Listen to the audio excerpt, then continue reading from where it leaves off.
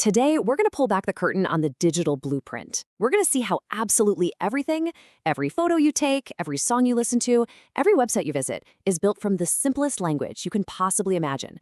Just a bunch of ones and zeros. I mean, really think about that for a second. It all comes down to this one kind of wild question. How can a machine that, at its core, only understands two things, on and off, create the unbelievably complex digital world we live in? It feels like it shouldn't be possible, right? Well, that's exactly the mystery we're going to solve. All right, so here's our game plan. First, we're going to crack the computer's secret language. Then, we'll see how it actually counts using just those ones and zeros. After that, we'll see how those numbers magically become the real things we see and hear. We'll also have to face the high cost of all this data, and finally, we'll reveal the incredibly clever trick that makes it all fit on our phones and computers. Okay, let's dive right in with Section 1, the computer's secret language. We're starting at the very beginning, going from simple switches to complex signals. You know, our world is messy, it's colorful, it's full of nuance and sound and feeling. It's analog. A computer's world, though, it's the complete opposite. It's perfectly, beautifully simple. At its heart, a computer is just millions and millions of microscopic switches that have only two possible states, on or off. That's it. That's all it has to work with. So how do you possibly bridge that gap between our complex world and the computer's simple one? Well, we do it with a language called binary. It's brilliant in its simplicity. We just decide that an on switch means 1 and an off switch means 0. And that's it. That simple act of giving a number to a physical state is the absolute bedrock of all modern computing. Okay, so a 1 is on and a 0 is off. Simple enough. But how do you get from that to, the number 59 or a million? How can you represent all the numbers we use every day with just 2 digits? Let's take a look at how binary actually works. Now, this might look a little intimidating at first, but stick with me, it's actually pretty clever. To represent the number 59, we just ask a series of yes or no questions. Can we fit a 32 in there? Yep, so we put a 1 in the 32 spot. What's left over? 27. Can we fit a 16? Yep, put a 1 there. And you just keep going down the line. We use an 8, a 2, and a 1. For every number we use, we put down a 1. For the spots we skip, like 64, we put a 0. And just like that, our number 59 becomes 00111111 in the computer's language. So, you can probably imagine trying to type out those long strings of ones and zeros all day. It would be super tedious, right? And so easy to make a mistake. That's why programmers came up with a handy shorthand called hexadecimal. Hexadecimal, or hex, uses 16 digits, our usual 0 through 9, and then the letters A through F for the numbers 10 to 15. And here's the really cool part. Any group of 4 binary digits can be represented by just one single hex digit. So that monster string of binary code like 11010010101111 suddenly becomes this nice, clean D2AF.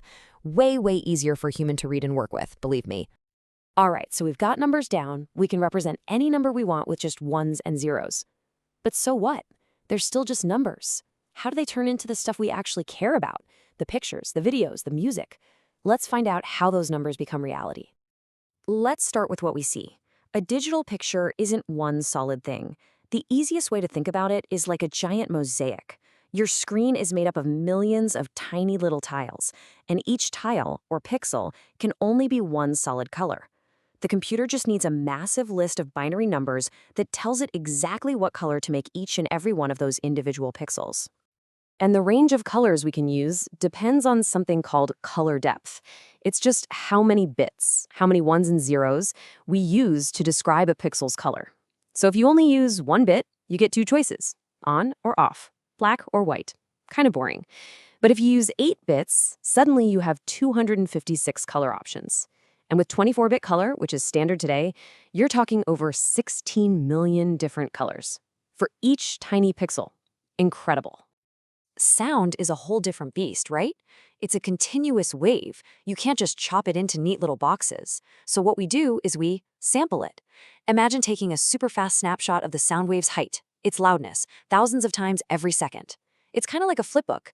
One snapshot doesn't tell you much, but when you string thousands of them together every second, you create this perfect illusion of continuous sound. So the quality of digital audio really boils down to two big things. First, the sampling rate.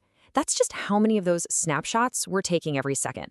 For a CD, it's a whopping 44,000 times a second. Then there's sampling resolution. That's all about how much data, how many bits, we use to describe the loudness in each one of those snapshots.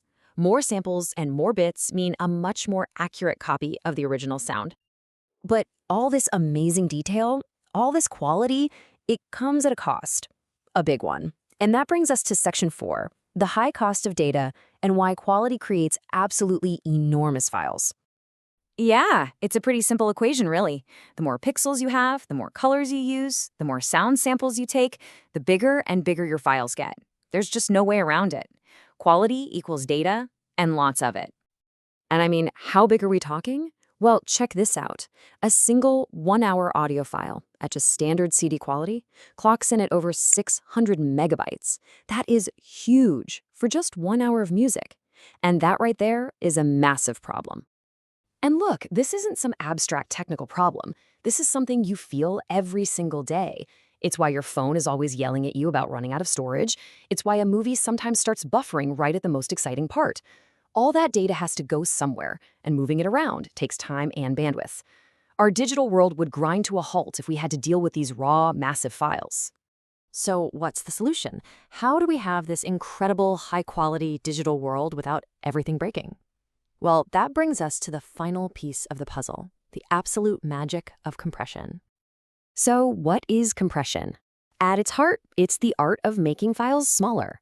It's about finding really clever algorithms to say the same thing, but using way fewer ones and zeros, by looking for patterns and getting rid of stuff that's redundant.